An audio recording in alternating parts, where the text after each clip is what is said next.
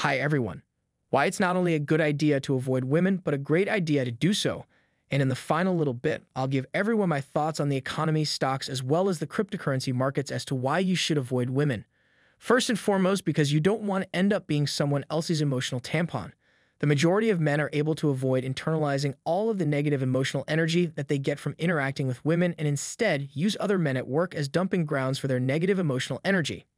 This is because most men don't internalize all of the negative energy that they get from interacting with women. If the women don't focus their negative energy on these men, they run the risk of venting it on their friends, their boss, or some other unfortunate bystander in the form of road rage. What do you think the plot of the movie Falling Down is all about?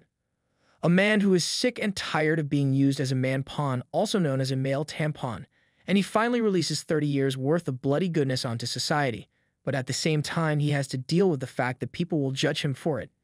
If you try to do what is considered to be the morally right thing, which is to bottle up all of your negative emotions and not dump them on other people, then you are more likely to internalize those negative emotions.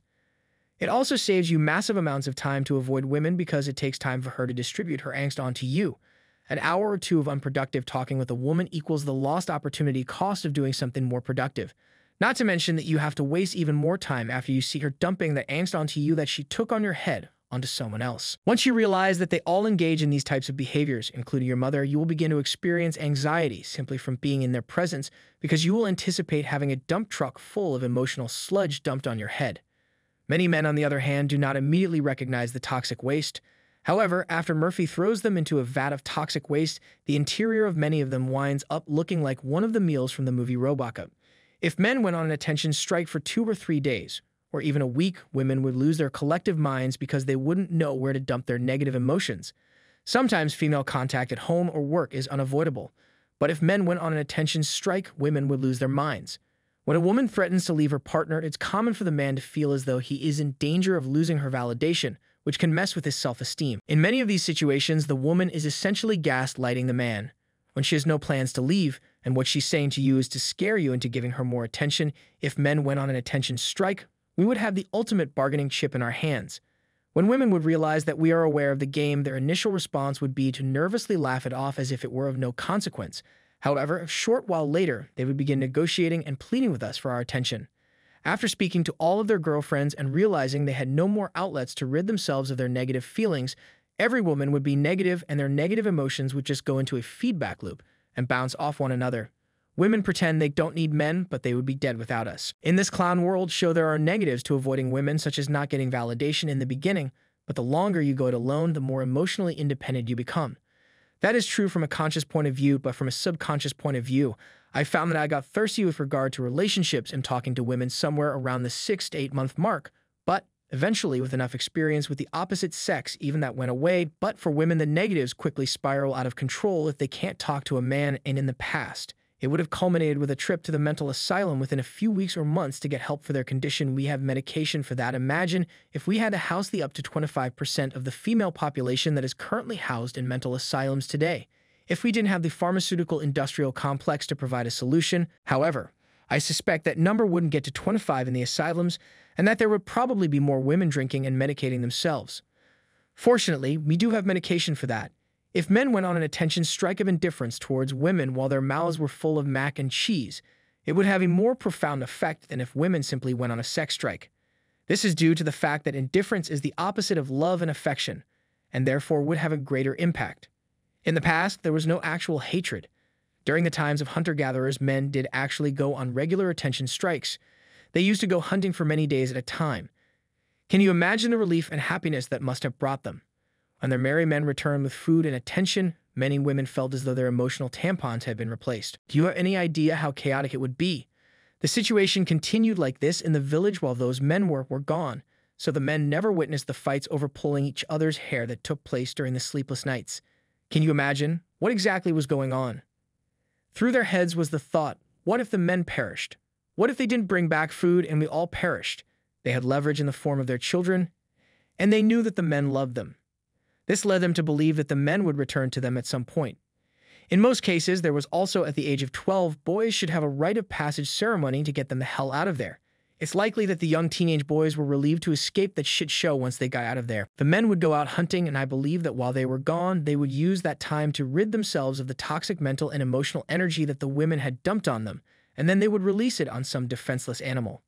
The emotional energy would flow from woman to man in order to meet the reality that they require us more than we require them.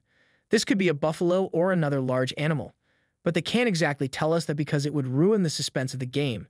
Perhaps now you'll understand why it's so hard to find a date when you're single. There always seems to be women trying to match you up with one of their other friends. Are these women truly concerned that you might be lonely, or are they more concerned that their other female friends might require a man pawn upon which to unload their negative emotional baggage? Because a woman who does not have a man is likely to project her negative emotions onto her female friends. It is essential for those friends to assist her in finding a partner as soon as they can in order to protect their relationships. Own sense of sanity in today's world, it is nearly impossible to steer clear of female company. The vast majority of men have female coworkers, sisters, aunts, mothers, etc. Not to mention, even when I went to use a self-checkout camera at a store recently, a woman basically came over and talked to me and helped me to make my experience better by helping me speed up the process. This was, of course, her excuse to have someone to talk to imagine. However, it did help me make my experience better. When it comes to their mental health, what happens when 30 to 40% of the female workforce works in retail jobs, replaced by automation? Sure, they might get universal basic income and be considered for home or pursue their passion to paint or knit. But that's not going to keep those women staying, that is for sure. They need to socialize and get into the workforce where they can dump those negative emotions on someone else, which is why the majority of women can't find purpose in some solitary pursuit, while men may find purpose in it. Men, if at all possible, but women will also do it because those women will go and find an outlet for their negativity, which will typically be a man.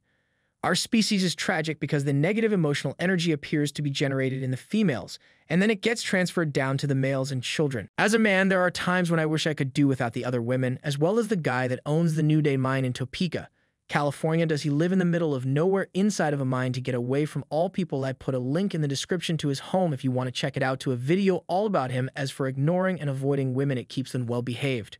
When you avoid them because they are starved for attention, they will behave badly.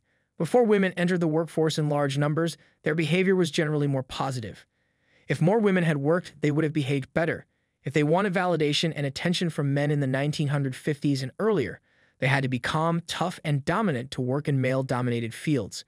However, one of the main problems in today's society is that men are the ones who have to tiptoe around women's queens like a thief in the night, submissive soy boys everywhere. This is because women have to be able to work in male-dominated fields without losing their composure. Because strength attracts its opposite, typically weakness. This means that weaker men are drawn to women with strong personalities. In the meantime, women are powerful because they are acting the part of the female chameleon in an effort to attract the same kind of energy that they are putting out. However, the paradox is that when they are disrespectful to men, they are actually demonstrating their strength. When you look at popular culture, society always shows that it's the men who want the attention more from women than the other way around, and that the women are frustrated and she simply wants to avoid him as if it's offensive to her that he's trying to cling to her emotionally in the mainstream media. Those some treat those women well in return, but when you look at popular culture, society always shows that it's the men who want the attention more from women than the other way around. Women are constantly annoyed by the attention that men pay to them, but in reality, men enjoy it even if they do not love them and simply friend zone them. My conclusion is that avoiding women is a very good thing for men to do. As for the last little bit of this video, we're halfway through 2022, which means we're only 1 year and 10 months away from the next Bitcoin having. No one knows what's going to happen. I came to this conclusion after watching the last little bit of this video, but I recently watched a video from the channel on complication, and in it, he predicted that the price of Bitcoin would fall to 20,000, and even if it does, I'll hold on to it because I'm still in the green even at that level. However, there is a lack of interest these days during the accumulation phase as prices enter the phase of transition. What appears to be a crypto winter will eventually, I suspect that market magicians will spin up a story during the next market cycle to sucker people into investing, even though we've already lost 50% of our value. We are quickly approaching maximum pain, and with regard to the economy and the stock market, I continue to believe that the stock market will correct the crash that occurred in the summer and fall due to the ongoing increase in interest rates. However, this will take more time, and in the meantime, the tech stock market has already taken a beating because of Facebook. As of right now, PayPal is trading at 24 instead of its previous price of 15, and other stocks still have a long way to fall. It seems like 2008 all over again, and this is just the end of the business. It is funny because many people who are part of Generation X might be on the verge of their third once-in-a-lifetime market crash. First, there was the dot-com bust, then there was the global financial crisis, and now there is the post-COVID hangover. The majority of the Canadian stocks that I owned were quickly worth 30 to 40% more than what I paid for them, and their price-to-earnings ratios range from 25 to 30, with some even being higher. However, these weren't growth stocks in the tech industry. What the heck is going on? It would appear that people are more interested in the 4 to 5% dividends that they receive. The market, of course, is free to remain as irrational as it pleases for as long as it pleases. I see a lot of consumer staples stocks that are overvalued and growing slowly, and I see a lot of technology stocks that are undervalued and growing quickly. No one could have predicted that this would happen, but it did because that's what the markets always seem to do. People in the East expect them to do with Bitcoin, while we did not have a massive blow off top, so probably not a massive collapse either. Additionally, Bitcoin appears to be correlated to tech stocks, and many of the major ones have already fallen by 60 or 70%. I bought many of my tech stocks after they initially fell 30 or 40%, and I thought it was a good deal, but then they dropped 70%, and all I could do was continue dollar cost averaging into the pain. Once they stabilized, so should Bitcoin, but no one really knows. As of right now, that is a strategy that has only been successful for half of my stocks. I was able to break even on half of my stocks and get the hell out of there, but the other half have continued to fall. The short sellers want to punish those who think they can keep buying the dips for the win, so many of us continue to buy the dip, and it just keeps on dipping. I believe that if the market crashes, it will signal the end of the Great Resignation. This is because many younger people who invested in risk assets will lose a significant amount of money, and they will then be forced to go back to work, so that they won't be forced to sell their money-losing investment positions, which would put downward price pressure on the steadily increasing cost of labor and would result in lower wages. Bringing the economy to its knees will result in both deflation and inflation being canceled out by each other.